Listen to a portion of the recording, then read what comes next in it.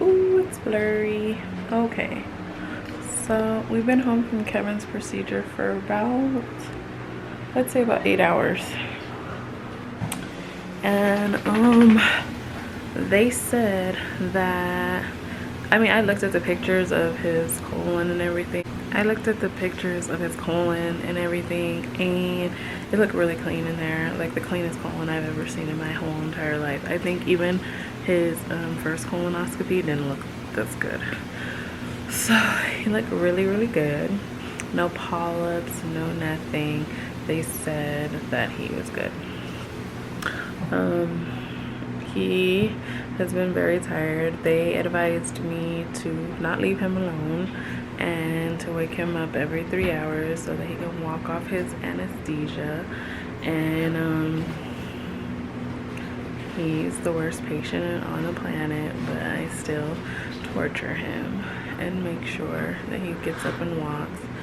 So every 3 hours I come back here and harass him. It's supposed to be every 2 to 3 hours. I told him I'll do it 3 so he can get a little more sleep, because last night was very rough for him, so he didn't get any sleep. But for the most part, he's been doing pretty well. He said he was dizzy the last time I woke him up, but I think he got up really abruptly, you know. So, I mean, everything is going good. When he first woke up off the anesthesia, he looked frightened when he saw me, because the last thing he remembered was being in the procedure room getting, you know, everything done. And then he woke up and he saw me next to him and he was like, "Am I in recovery?" And I was like, "Yeah."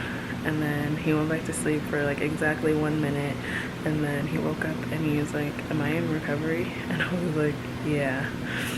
So I told him to go back to sleep, but he said he had to go to the restroom. So we got the nurse. I got the nurse for him, and then he went to the restroom and stuff. But yeah, a lot of stuff. There was like a 18-minute gap of time that he doesn't know, which was the actual procedure itself, because it was done from, what did they say, 9:23 to 9:41. So he had this gap in time that he couldn't account for, and he kept trying to remember, but he's not going to remember because he was under anesthesia. But other than that, he just keeps asking me the same things over and over again. We went over his paperwork like several different times because he doesn't remember we went over his paperwork. So other than that, he's doing really, really well, and I'm just happy that that part of it is done. I don't have to like worry because it's clean in there, and that part's done. So we're gonna go on to this next specialist, and I hope I get the same result. I don't know if he's gonna talk, or Kevin, you want to say anything to the vlog? Making it. He said he's making it. He's brushing his teeth though. And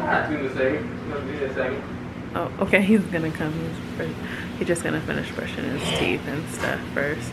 So, I guess I'll just wait for him to come over here and talk to you guys and say how he's been feeling since the whole thing. He asked me outside while we were walking. He was like, "How did you feel?" Because I had him walk in the backyard, just go back and forth a couple times and then come in. I was like, "How did you feel about the results?" And I'm like, happy. Like, I'm ecstatic for that. I've never been so excited in my entire life to see my husband's colon. Never. My body feels like the battery was completely taken out. and I'm in the process of trying to reinstall it to get my energy levels back to where it needs to be. But I'm glad my insides checked out fine. We gonna figure it out. Trust me, I'm always gonna push for him and figure it out. Even I get annoying to him, and I keep pushing. I get annoying to him.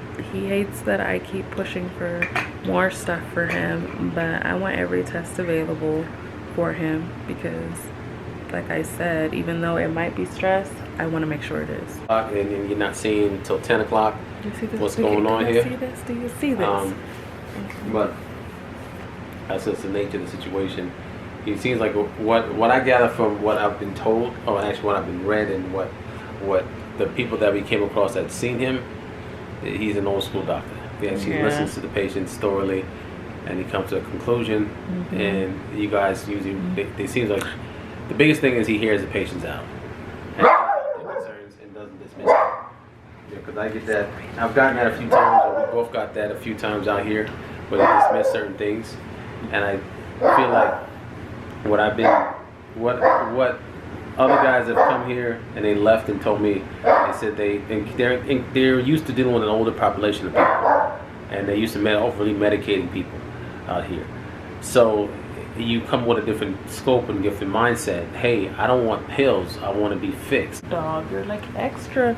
Look at him bullying me. What is? Can y'all come get your dog? Get your dog. What is wrong with him? As far as that provider goes, you know, it wasn't really. I mean, the experience I had, you know, the biggest thing is sitting there with the laptop and not doing a thorough exam. Yeah. They just, I mean, they'll listen to your lungs, breathe in, breathe out. Don't look at your mouth. But anyways, we just wanted to update you after the procedure, and we got into a whole bunch of other talks. We love you guys, and we appreciate you all. Anything else? That's it. Like, comment, and subscribe, and we'll see you in our next video. All right, so we love you. We're signing off, and good night. Are we gonna do it again? Okay, bye.